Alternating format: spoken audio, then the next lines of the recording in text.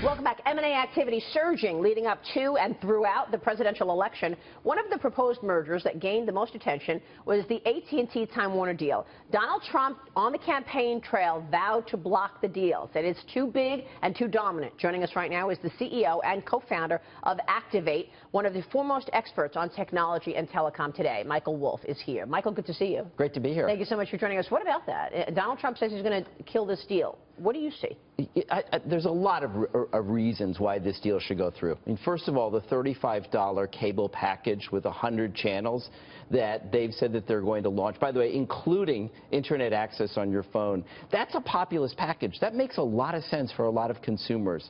So blocking this deal doesn't make sense. I mean, you basically say people should continue to pay very high amounts for cable TV. Yeah, I mean, look, Michael, we know, Mike, we know that the industry is changing incredibly, and getting in the way of the free markets, I'm not so sure about that. Absolutely, but I think if you look back, that came up during the election, you know, while he was campaigning. I think now, I believe President-elect Trump is going to make the best business decision possible, and I agree completely with Michael that this deal shouldn't be blocked. This is a positive for consumers because the way we consume content has changed rapidly, and it's not going backwards.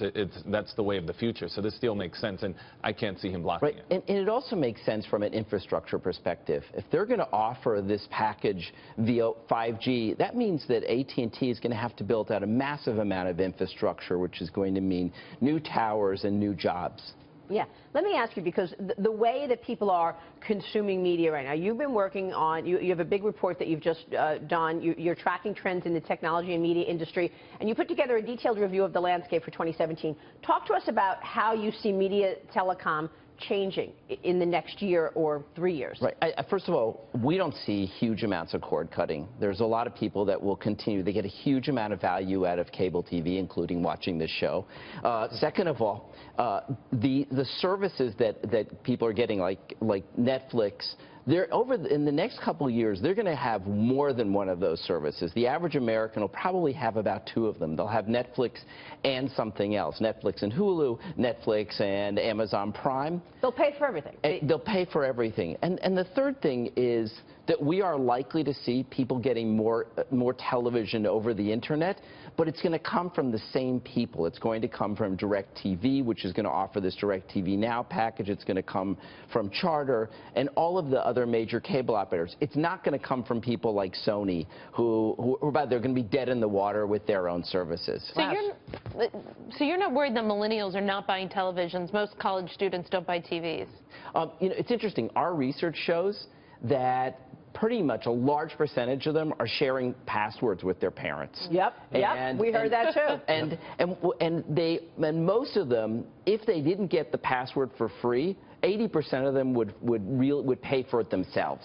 Michael, I have to ask you about the NFL and what's happened. Obviously, a major story about the ratings decline. Yeah.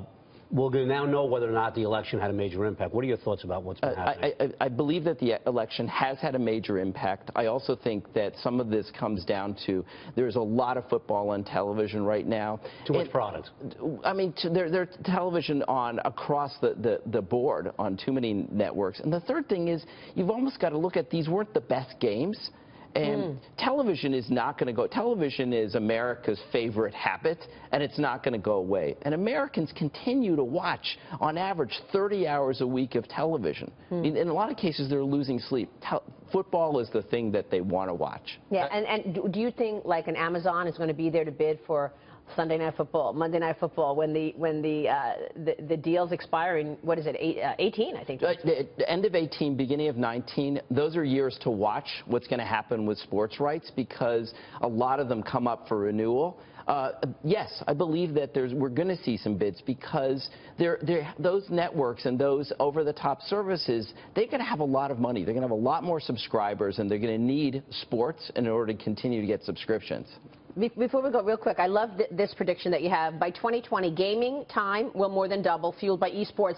Messaging will grow faster than social media. This next year, we're going to see the great messaging wars between all of the major technology companies. Every one of the technology companies this year has either launched a messaging chatbot, has launched a new messaging service, or both. And there's a huge amount of money, and this is what we're going to see over the next year, and it's going to be a lot of people's time. It's true. What do you do on your phone? You're messaging people. You're messaging, yeah. I think you're spot on with that. And people are worried about cybersecurity on those messaging apps as well. They are, but if you look at the messaging apps, for example, WhatsApp and Facebook Messenger, Telegram, and also Snapchat, the messages don't stay there. And let's be clear, a lot of this is about personal communication. It's not about, there's business communication, but those apps are much smaller. Those are going to be things like Microsoft Teams and Slack. We used to look at Mary Meeker and her trends report. Now we're looking at Activate and Michael Wolf's trends report. Thank you, Michael. Thank you. Great to be here. Good to see you. Michael Wolf there. Ahead